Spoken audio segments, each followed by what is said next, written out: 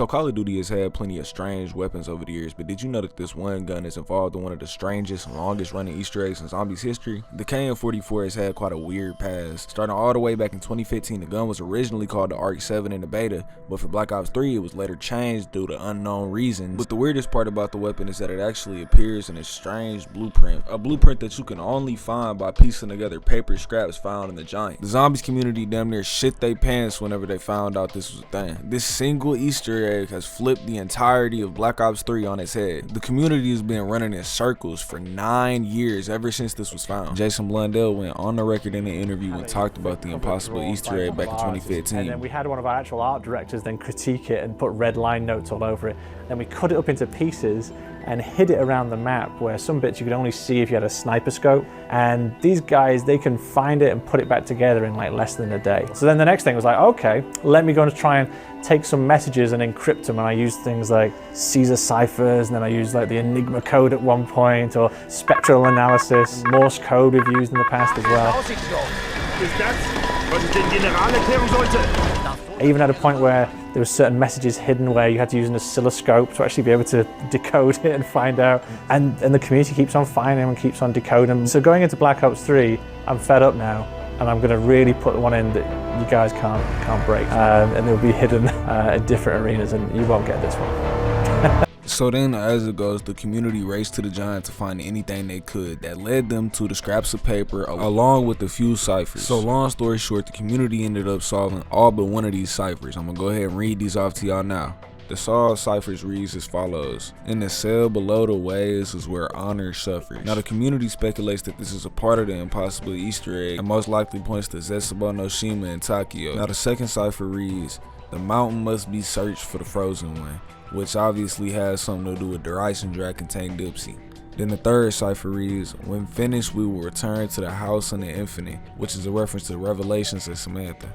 The fourth cipher reads: a city of fire surrounds the warrior, the last of his kind, which is a reference to Nikolai and Gorod Krovi. Fucking hate that map. The fifth cipher reads: living dead. The sixth cipher reads: Edward, it's time to kill Maxis. And as of the time of recording this video, the final cipher is still yet to be solved. So for multiple years, the community had no clues aside from pieces of paper and blue pieces of paper. The consensus at this time was the impossible Easter egg has something to do with the KN-44 and most likely Shadows of Evil, which we later found out to really not have anything to do with Shadows. So one of the biggest hints that we do have about the impossible Easter egg is that it's not a scripted event. It's not anything that you could extract by data mining or anything like that. Not anything you can activate in game. We know this because Jason Blundell said it. He said that data miners would have already found the impossible Easter egg if it was able to be data mined. What I will ask, because obviously yeah. I don't want it like straight cut. Sure. Has anyone gotten even remotely close? I think you answered this like yeah. I've I've seen people get close. Yeah. You've seen people get close. I've seen people get close on a couple of things. Yeah. Okay, interesting. Because I know, like, I guess with that unsolvable Easter egg sort of intensity in the community, a lot of people are finding some sort of strange occurrences in Shadows of Evil. Sure. And I think this would be a good chance to sort of iron out anything that people might think are potential leads. Sure. One example is... You're not going to get any confirmations on any of the stuff you're about to say. Brilliant. Well, I'll try my best anyway. One is purple meatballs. Okay. And another is purple keepers during the Shadow Man boss fight. Well, let me say this. One of the assumptions I make when we talk about big Easter eggs or things that are kind of hidden and other stuff that's going on, I assume that everyone is going to take the code, take the Radiant, and take it apart. Which means anything that we could put in script, and anything I could put in with Radiant, I'm assuming you could just open it up and find it. Yep. So if you're seeing anything and it looks like it's engineered, you're probably off because you'd have already found that by now. So now we're in a slightly different place.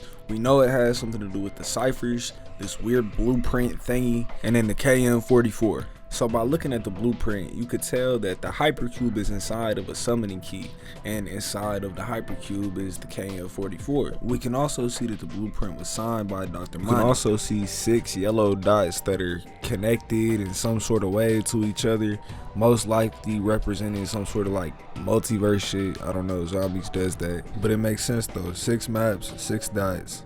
You know what I'm saying?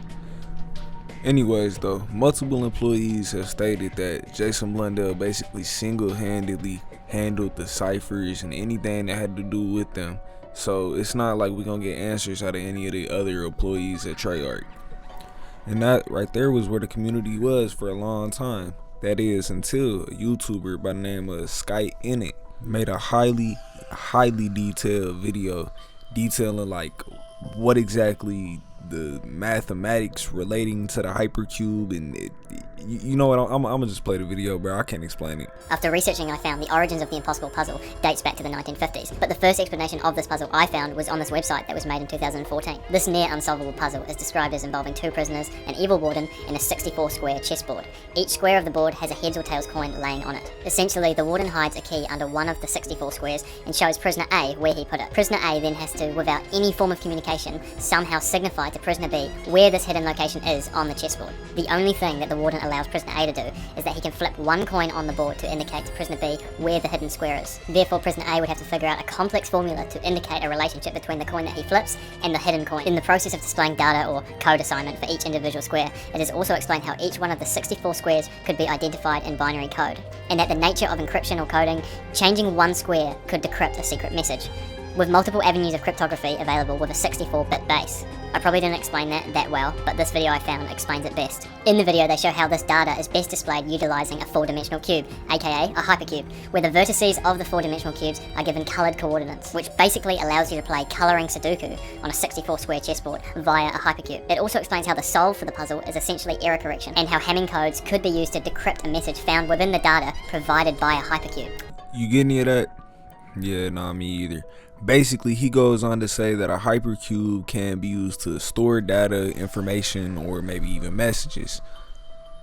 And then through some sort of complex math that I don't understand, he somehow found out that K and N is a formula for a mathematical equation, and I'll let him explain it. Hit me at once. The KN44 is not a name.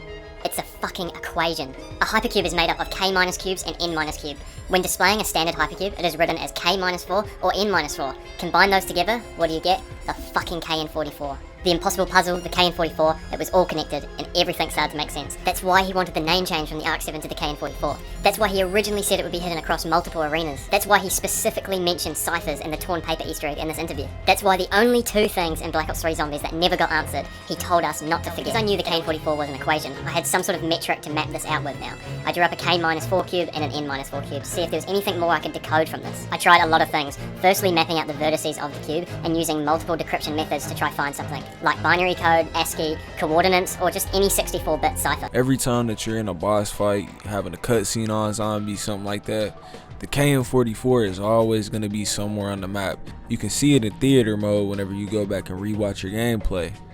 Now this is most likely because it was used as a placeholder tool in development, but I'm not really sure. I don't make video games. So unfortunately, there's nothing else that we really know about the hypercube at this time. It is an unsolved mystery for a reason. So I guess that means the video's over. Good evening, I'm Ron Burgundy. Here's what's going on in your world tonight. They responded saying, but I don't think there was any real meaning behind it. More of a gag because people latched onto it. I replied, I'm not understanding the gag part, but I might have missed something that the community was talking about. They responded, I mean, people were wondering what the KN44 meant. So we kept using it in Easter eggs with no real meaning. More like a developer in-joke than a public-facing one.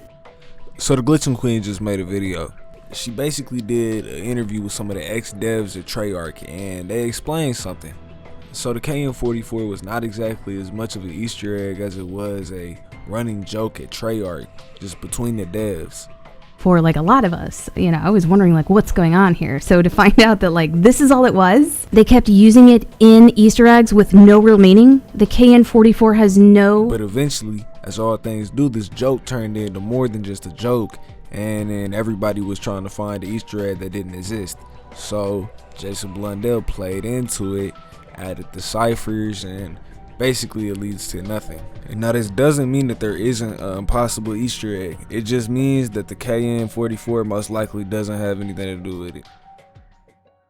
Well, that's about it for this video's topic. Sorry for the random voice change. I'm not the same guy you've been listening to for the past 10 minutes. I'm this channel's other editor and narrator. Anyways, if you enjoyed the narrator we did have this time, then you might enjoy his other stuff, linked in the description. Also, if you enjoyed this style of content overall, then you should probably check out our other videos covering COD. Though, if you really enjoyed, then maybe you could leave a like, subscribe, and check out our Discord server, also linked in the description.